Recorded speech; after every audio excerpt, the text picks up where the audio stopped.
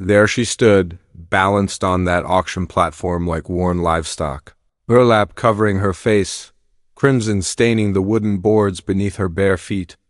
Her wrists were bound before her like a convicted felon. And these men were placing wagers on her existence as if it were entertainment. $1! The hefty merchant shouted, his voice thick with cruel amusement. Your very own savage for keeps. The gathering erupted in laughter. Weathered ranchers with sun-damaged skin reeking of liquor, cocky young drifters with dirt-caked spurs and empty souls behind their stare, Caleb. Morgan lingered at the crowd's perimeter, pulse hammering like artillery fire. He'd witnessed evil before in Gettysburg's trenches, watching young soldiers draw their final breath. Yet this surpassed anything he'd encountered. This was wickedness performed for spectators, logic told him to turn around. That's what men of his kind typically did, mind their business, let corruption flourish unchallenged. But when the woman wavered slightly, her legs nearly buckling from humiliation, something inside him snapped. $1, he declared, his voice cutting through the air like a blade. The crowd fell silent as if struck by lightning. The auctioneer sneered. Sold to our solitary farmer, he mocked with contempt as Caleb ascended the platform and severed her bindings. Lifting away that rough cloth, he anticipated finding a broken soul, a defeated spirit. Instead, he discovered rebellion blazing in amber eyes, spine straight with dignity intact, neither terrified nor shattered. That fierce gaze would haunt his memory forever. Her identity remained unknown to him. Her past a mystery, but the instant his fingers touched those ropes, he realized he'd purchased far more than a human being. He'd bought himself a conflict he was utterly unprepared to face. The journey to his homestead passed in complete silence. Not from any attempt at mystery, Caleb simply couldn't find appropriate words. 7 years of solitude had been his companion since Mary's death, and he'd grown comfortable with the quiet. Some days he actually welcomed it. Now he had companionship of the most unexpected kind. A woman who hadn't uttered a single syllable since her liberation. No tears, no gratitude, no visible fear. She simply followed his mount on bleeding feet as if it meant nothing. When they arrived at the ranch, twilight was settling. His property seemed diminished somehow, almost embarrassed by its own existence. Caleb felt that shame too. Gesturing toward the modest barn, he offered, "You're welcome to shelter there. Fresh water's available." She gave no indication of acknowledgement. That evening, sleep evaded him completely. The silence had transformed. It now possessed rhythm, a living presence. Come morning, he placed food and coffee on the porch steps. Though he never witnessed her taking it, by midday the plate sat empty. 3 days elapsed without conversation, yet subtle changes began occurring. One dawn revealed the gate latch repaired with superior craftsmanship than his own work. Another day brought his damaged shirt, mended with professional precision. He began speaking aloud, not directly addressing her, simply voicing thoughts about livestock, weather patterns, the persistent ache in his knee. No responses came, but her attention was palpable. Then the tempest arrived. Massive storm clouds advancing rapidly, winds howling like freight trains. Rushing to secure the cattle, Caleb discovered her positioned in the barn entrance, studying the sky like confronting an ancient adversary. "Take cover," he shouted. She remained motionless until lightning struck dangerously close. He raced back, seized her arm, and dragged her toward the cabin. Slamming the door behind them, they stood there, thoroughly drenched, hearts racing. That's when he glimpsed genuine fear flickering in her expression. The storm itself didn't frighten him, but that vulnerable moment did, because suddenly she wasn't merely enduring existence. She was human. Following that turbulent night, their dynamic shifted. Not through conversation or vows, but through small gestures. Each morning brought Caleb's ritual of leaving coffee and cornbread on the porch.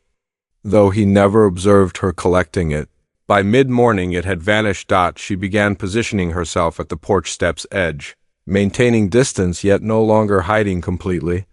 Her name came to light not from her voice, but through markings in the earth.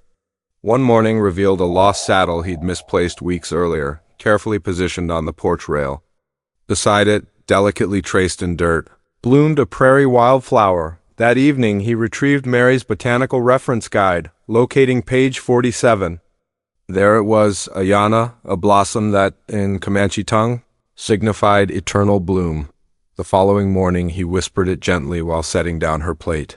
Ayana. She didn't react or meet his gaze, but from that day forward he continued the practice. Each time her eyes lingered fractionally longer. Days later came his name from her lips. Caleb. One word. Soft yet firm, stopping him completely. After years of solitude, hearing his name spoken in another's voice felt like music. Extensive conversation wasn't necessary. They didn't require it. Together they began restoring the property, her gentle influence in the kitchen, his capable hands working the land. Evenings found him reading aloud, stumbling through faded pages by firelight. Occasionally she'd smile when he mispronounced words. They were constructing something, gradual and genuine. One peaceful evening, as he sharpened tools near the barn, Ayana approached and softly placed her palm over his. Words weren't needed. For the first time in years, he felt like more than a man simply existing. Had he known what approached, he might have prepared weapons instead of farm tools. But that's the nature of tranquility. You never realize its value until it's threatened. If you've remained with this story thus far, perhaps you're someone who still believes in tales like theirs. If so, consider subscribing and staying around. The West holds countless more stories to share. News travels quickly in small communities, particularly when idle gossips have little else occupying their time. Back in Rob Bend, whispers about Caleb and his Comanche companion had evolved into elaborate tales.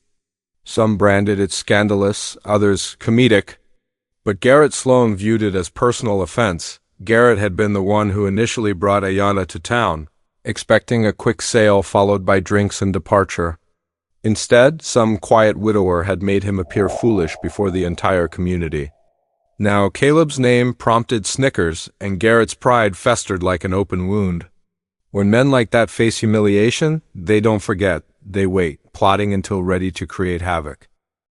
One afternoon, Caleb noticed dust clouds on the horizon, not weather-related, but stirred by approaching horsemen. 4 riders advancing rapidly. Setting aside his fence repair, he called calmly, Ayana, go inside. Secure the door. She glanced up from her garden, assessed the dust cloud, and silently slipped into the cabin. The riders approached boldly, loudly, partially intoxicated, with Garrett leading. Good afternoon. Vance, he spat the surname like profanity. Heard you've been playing domesticity with stolen property. Caleb remained composed, voice level. She's not stolen. She's my wife.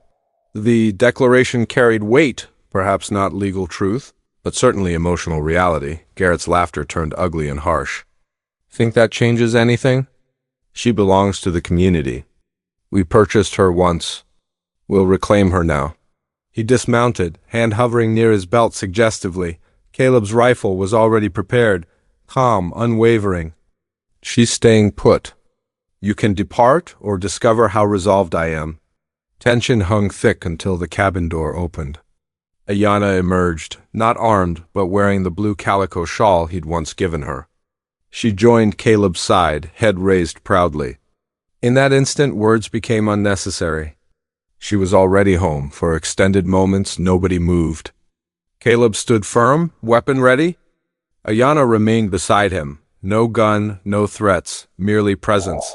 Yet somehow more powerful than ammunition. Garrett studied them both, recognizing something unexpected.